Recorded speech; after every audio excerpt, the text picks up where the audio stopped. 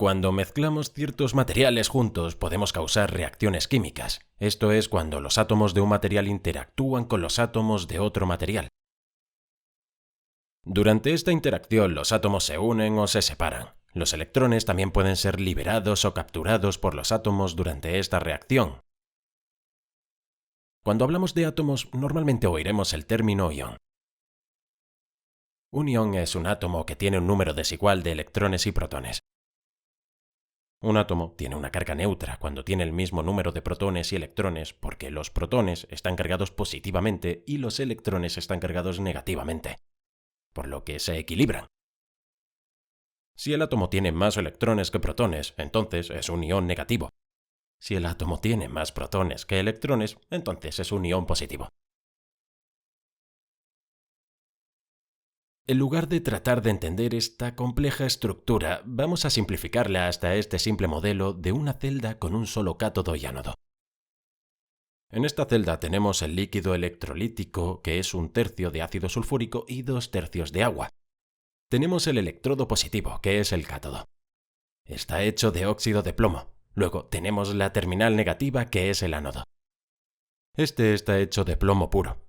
Cuando estos materiales se combinen, obtendremos una pequeña reacción química entre los átomos. Mostraré los átomos de estos materiales con estas esferas de color. La terminal catódica positiva del óxido de plomo va a reaccionar con el sulfato del electrolito. Esto formará una capa de sulfato de plomo en el terminal del cátodo. Durante esta reacción, un ion de oxígeno es expulsado del cátodo y dentro del electrolito.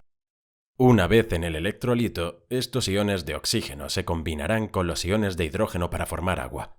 Al mismo tiempo, los átomos de plomo del ánodo van a reaccionar con los iones de sulfato del electrolito.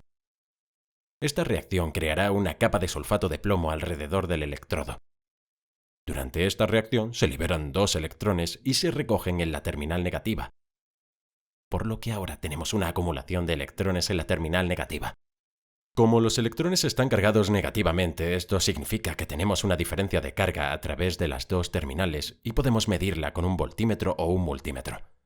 Si piensas en un imán, los electrones están cargados negativamente y, por lo tanto, se repelen entre sí. Estos son atraídos por la terminal positiva que tiene menos electrones. Sin embargo, no pueden llegar a esta todavía. Por lo tanto, si proporcionamos un camino para los electrones, como un cable, entonces los electrones fluirán a través de este para llegar a la terminal positiva. Podemos entonces colocar cosas como una lámpara en el camino de estos electrones y usarlos para hacer trabajos como iluminar la lámpara. Mientras el camino existe, la reacción química continúa. Pero esto no durará para siempre. Los químicos requeridos para la reacción se agotarán. El ácido se diluye y se debilita, y una acumulación de sulfato de plomo recubre ambos electrodos. Esto significa que los materiales de los electrodos son cada vez más similares y por lo tanto la reacción química se hace más difícil de lograr. Afortunadamente, esta reacción química puede invertirse. Así que si suministramos a la batería electricidad del alternador, podemos empezar a invertir la reacción. Los electrones entran en la terminal negativa y se vuelven a unir con el sulfato de plomo, liberando el sulfato en el electrolito para dejar solo el plomo en la placa negativa.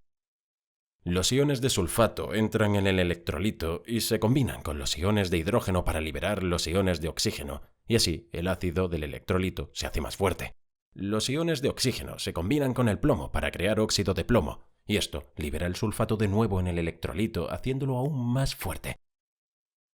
Si dejamos que una batería se descargue completamente durante demasiado tiempo o demasiadas veces, se hace muy difícil revertir la reacción química. Además, la capa de sulfato podría desprenderse de los electrodos y acumularse en el fondo de la batería. Esto significa que ya no participará en la reacción química, por lo que la batería debe ser reparada o reemplazada. Así que cuando observamos la batería, esta reacción química se produce entre cada placa de cada celda para proporcionar los cientos de amperios de corriente para arrancar el motor y también proporcionar el voltaje para alimentar las luces, etc., que luego es recargado por el alternador. Bien chicos, esto es todo por este vídeo, pero para continuar su aprendizaje, miren uno de los vídeos en pantalla ahora y los veré en la próxima lección. No olviden seguirnos en Facebook, Instagram, Twitter, LinkedIn y en www.theengineeringmindset.com.